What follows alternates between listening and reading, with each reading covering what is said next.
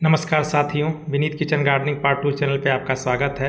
अगर आप मेरे चैनल पे नए आए हैं तो मेरे चैनल को लाइक और सब्सक्राइब जरूर करिए, जिससे कि आगे आने वाली वीडियो के बारे में आपको जानकारी हो सके। साथियों, आज मैं आपको बताने जा रहा हूं कि मिर्च के पौधे में जो मरोड़िया रोग लगता है या लीफ कर्ल वायरस की वजह से लगता है, जिसे लीफ कर्ल रोग भी कहते हैं। यह जो वायरस होता है, यह मिर्च के जो नए नए पत्ते आते हैं ऊपर से, उसे पूरी तरह से मोड़ देता है। देखिए, मेरे मिर्च के पत्ते पूरी तरह से ऊपर से मुड़े हुए हैं।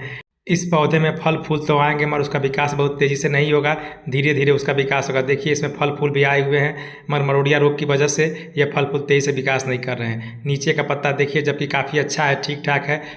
आइए अब मैं अपने गमले को देखिए नीचे रख देता हूँ। उसके बाद से आपको बता रहा हूँ कि इस मरोड़िया रोग का इलाज किस प्रकार से हम करेंगे। उसके लिए देखिए, एक डब्बे में हम आधा लीटर करीब दही या छाछ को ले लेते हैं, और उस आधा लीटर के दही और छाछ से ही हमें मरोड़िया रोग के वायरस का इलाज करना है। इसके लिए देखिए, हमने ले लिया है, और लेने के बाद से मैं आपको दिखा भी रहा हूँ। जितनी पुरानी दही होगी, जितनी खट्टी दही होगी, उतना अच्छा उस वायरस पर काम करेगी और उतना जल्दी आपका मरोड़िया रोग ठीक हो जाएगा। इसके बाद से यदि आपके घर में तांबा का लोटा होगा, उस तांबा का लोटा को ले लीजिए, और लेने के बाद से उस दही या छाछ में आप रख दीजिए। देखिए, मेरे द्वारा उसमें दही ले लिया गया है, और लेने के बाद से उसी में डुबा कर रख दिया जाएगा।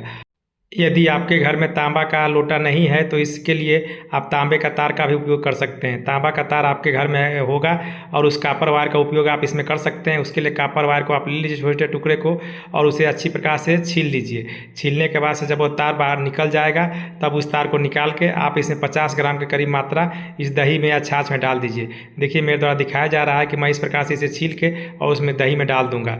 उसी प्रकार से आप कर सकते हैं। इस प्रकार से करने के बाद फर्मेंटेशन की क्रिया काफ़ी तेज हो जाएगी। देखिए, मेरे द्वारा लोटा में भर के दही को और उस डब्बे में रख दिया गया है। इस प्रकार से आप भी करके और मरोड़िया रोग का इलाज बना सकते हैं। इसके बाद से अब हम इसे 10 दिन के लिए फर्मेंटेशन के लिए छोड़ देंगे। 10 दिन से पहले आप इसे नहीं निकालेंगे, क्योंकि तांबा दही के साथ प्रतिक्रिया करके और उसके बाद से अच्छी प्रकार का वह फंगिसाइड्स बनाएगा, जिस फंगिसाइड्स का उपयोग आपको मरोड़िया रोग का जो वायरस होता है, उस वायरस को मारने में काम किया जाएगा।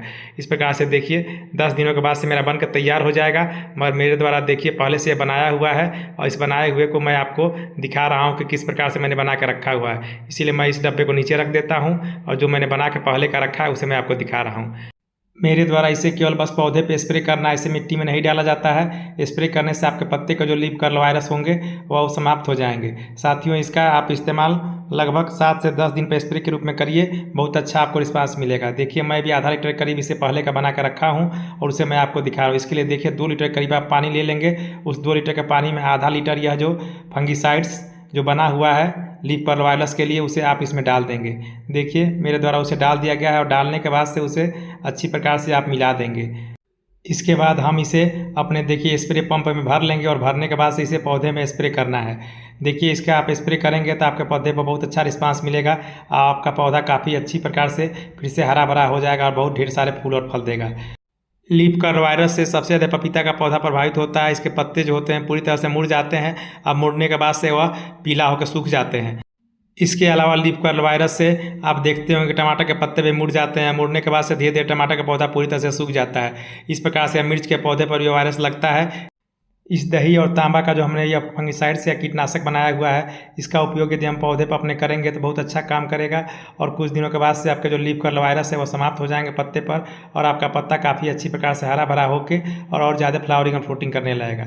देखिए, मेरे द्वारा इस पंप में इसे भर लिया गया है, और भरने के बाद से इस फंगिसाइड्स या कीटनाशक को अब हमें पौधे पर कैसे स्प्रे करना है उसे मैं आपको बता रहा हूँ। इसे देखिए, मैं अच्छी प्रकार से स्प्रे पंप को कस ले रहा हूँ, और कसने के बाद से तब चूँकि प्रेशर वाला स्प्रे पंप है, उसे प्रेशर दे के उसके बाद से हमें इस पर स्प्रे करना है।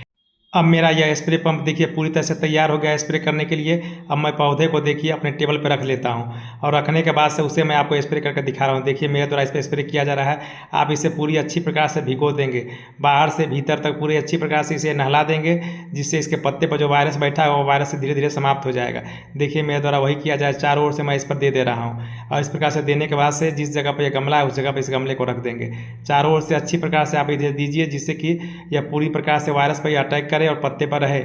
इस प्रकार का आप प्रयोग करेंगे तो आपका पौधा काफ़ी अच्छा हो जाएगा और काफ़ी अच्छी प्रकार से हरा भरा। यदि टमाटर के पौधे में भी इसी प्रकार का लगा हुआ है तो टमाटर के पौधे पर आप इसी प्रकार से स्प्रे कर दीजिए। कुछ दिनों के बाद से पाएंगे कि आपका टमाटर का पौधा भी काफ़ी अच्छा हो गया है और होने के बाद से धीरे धीरे फल और फूल देने लगेगा। चूँकि मरोड़िया रोग की वजह से काफ़ी सारे फूल और फल की ग्रोथ रुक जाती है। इस प्रकार से आप देख रहे हैं कि किस प्रकार से मेरे द्वारा यह फंगिसाइड्स या कीटनाशक बना के और मरोड़िया रोग का जो वायरस है उसे समाप्त किया जा रहा है। आप भी उसी प्रकार से करेंगे तो आपका पौधा भी काफ़ी अच्छा बढ़ेगा।